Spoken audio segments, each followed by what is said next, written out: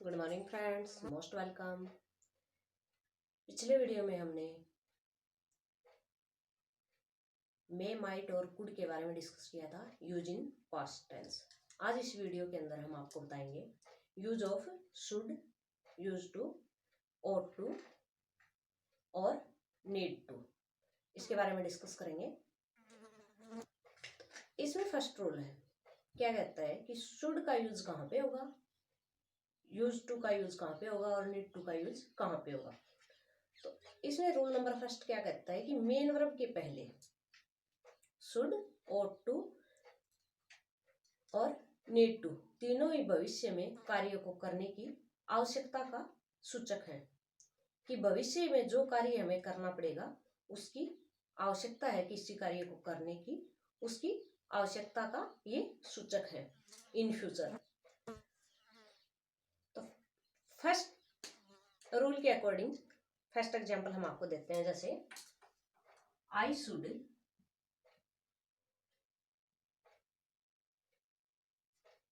या ought to ईट।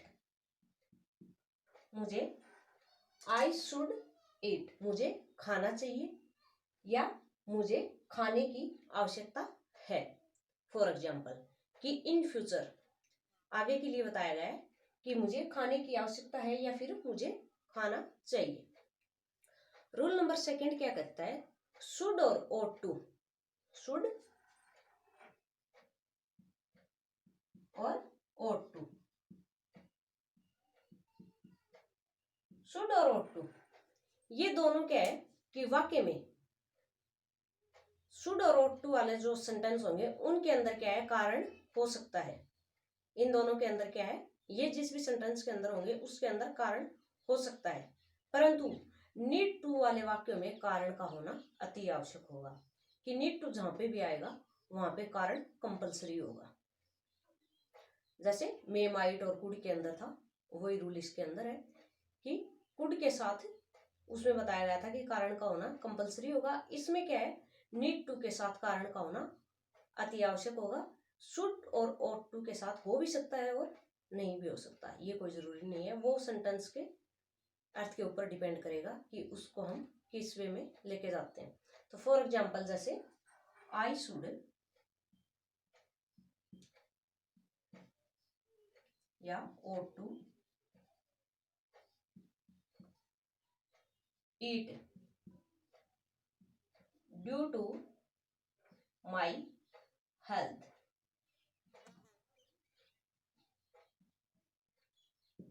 इसमें क्या बताया, आई शुड टू या ought to eat due to my health. इसमें क्या है कि मुझे खाने की आवश्यकता है मेरी सेहत के लिए। इसमें कारण बताया गया है, खाने की आवश्यकता किसके लिए, कि भाई मुझे मेरी सेहत बनाए रखनी है, इसके लिए मुझे खाने की आवश्यकता है। तो यहाँ पे कारण दिया गया है ड्यू टू माई हेल्थ, या फिर मुझे खाना खाना चाहिए मेरी सेहत के लिए, ऐसे भी बना सकते हैं इसको। तो इसमें क्या है, कारण होगा, लेकिन ये कोई जरूरी भी नहीं है, हो भी सकता है और नहीं भी हो सकता। नीड टू वाले सेंटेंस के अंदर कारण का होना अति आवश्यक होगा। जैसे I need to eat because I am angry. I need to eat, मुझे खाने की आवश्यकता है, बिकॉज क्योंकि कारण कंपलसरी दे दिया, आई एम एंग्री, मैं भूखा हूं इसलिए मुझे खाने की आवश्यकता है। तो इसमें कारण का होना अति आवश्यक है। नेक्स्ट रूल क्या कहता है, रूल नंबर थर्ड कहता है नीड टू वाले वाक्यों में यदि कारण नहीं हो, नीड टू वाले वाक्यों में यदि कारण नहीं हो तब क्या है, नीड टू के स्थान पर शुड या ought टू होगा। नीड टू मान लीजिए किसी सेंटेंस के अंदर दिया हुआ है, तो और उसके अंदर आगे हम सेंटेंस को पढ़ते हैं, उसके अंदर इन एग्जामिनेशन लेवल हम आपको बता रहे हैं, नीड टू दे देते हैं सेंटेंस के अंदर, लेकिन आगे सेंटेंस के अंदर कोई कारण नहीं होता, और फिर उसमें आगे हमें ऑप्शन मिल जाता है ought to, use to, should to या नीड टू। तो उसमें हमें ऑप्शन चुनना होता है। तो उसमें क्या है, यदि सेंटेंस के अंदर कारण नहीं है तब हम क्या है, शुड या ought टू दोनों में से किसी एक का यूज करेंगे, वहां पे हम नीड टू नहीं कर सकते, नीड टू वहां पे हमारा गलत होगा। इसलिए क्या बताया गया है कि शुड नीड टू वाले वाक्यों में यदि कारण नहीं होता वहां पे हम क्या करेंगे, नीड टू के स्थान पर शुड या ought टू का यूज करेंगे। जैसे Ramesh and Ram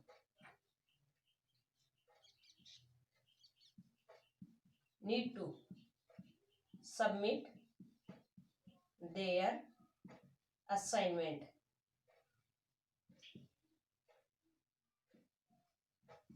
to the class teacher this week end. Ramesh and Ram को need to submit their assignment to the class teacher their this week and.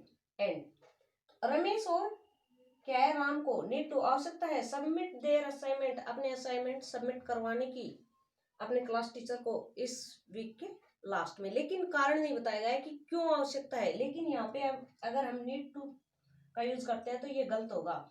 यदि इसके अंदर कारण दिया हुआ होता कि उनको आगे पुनिशमेंट दी जाएगी या फिर कोई और कारण दिया हुआ होता तो उसमें क्या है, हम यहाँ पे नीड टू का यूज कर सकते थे।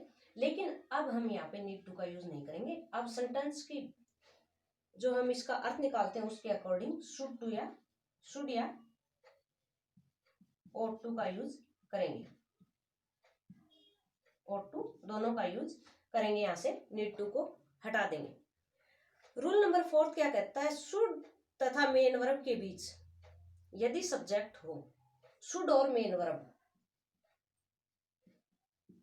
शुड और सेंटेंस की जो मेन वर्ब होगी उसके बीच यदि सब्जेक्ट हो तब ऐसे वाक्यों में क्या है, शुड का अर्थ होगा यदि। शुड का अर्थ हम क्या निकालेंगे वहां पे, यदि। तो देखिए फॉर एग्जाम्पल देते हैं हम आपको इसका कि should my father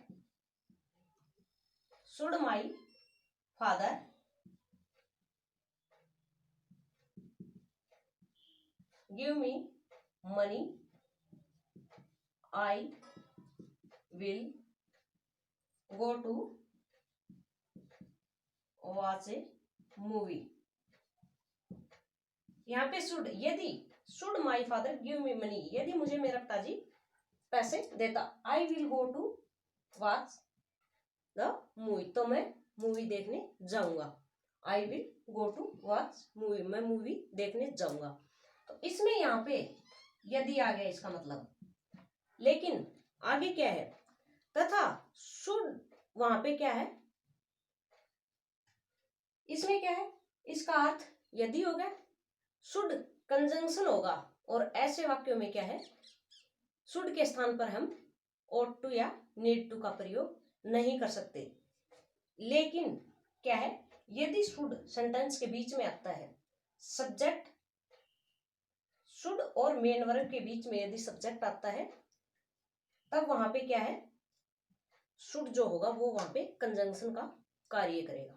for example जैसे the poor will be happy should the government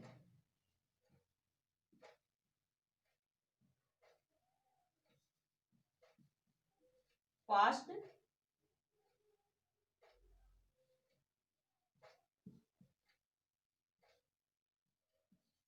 जन Lokpal bill. The poor will be happy, किसान खुश होंगे। The poor subject, will helping verb, be main verb, happy फिर मेन वर्ब, शुड यहाँ पे conjunction होगा आगे द गवर्नमेंट पास्ट, तो यहाँ से पीपी स्टार्ट होती है। तो ये जो फर्स्ट जो वर्ब आती है नेक्स्ट क्लोज की वहां पे पीपी खत्म होती है। तो पीपी जहां पे खत्म होगी उससे फर्स्ट वर्ड क्या होगा, सब्जेक्ट होगा सेंटेंस के अंदर। तो यहाँ पे सब्जेक्ट आ गया, ये सब्जेक्ट हुआ। तो इसमें क्या होता है, शुड और मेन वर्ब के बीच यदि सब्जेक्ट आता है तब वहां पे क्या है, सेंटेंस शुड क्या है, कंजंक्शन का कार्य करेगा। तो यहाँ पे ये शुड कंजंक्शन हुआ सेंटेंस के अंदर, एक सेंटेंस तो ये हो गया और नेक्स्ट सेंटेंस इससे अगला हो गया। दो क्लॉज है, दोनों को शुड के द्वारा कंजंक्शन के द्वारा जोड़ा गया है। तो यहाँ पे शुड कंजंक्शन का कार्य करेगा। गवर्नमेंट यहाँ पे सब्जेक्ट हो गया, पास्ट मेन वर्ब हो गया। मेन वर्ब और शुड के बीच यदि सब्जेक्ट आता है तो वहां पे क्या है, ought to और need to के ought to और need to का यूज नहीं कर सकते शुड के स्थान पर। ये तो हुआ शुड, ought to और need to का यूज हम कहाँ करेंगे और कैसे करेंगे। तो आने वाले नेक्स्ट वीडियो के अंदर हम नेक्स्ट टॉपिक के बारे में डिस्कस करेंगे। तो वीडियो को देखते रहिए, चैनल को सब्सक्राइब करते रहिए। धन्यवाद।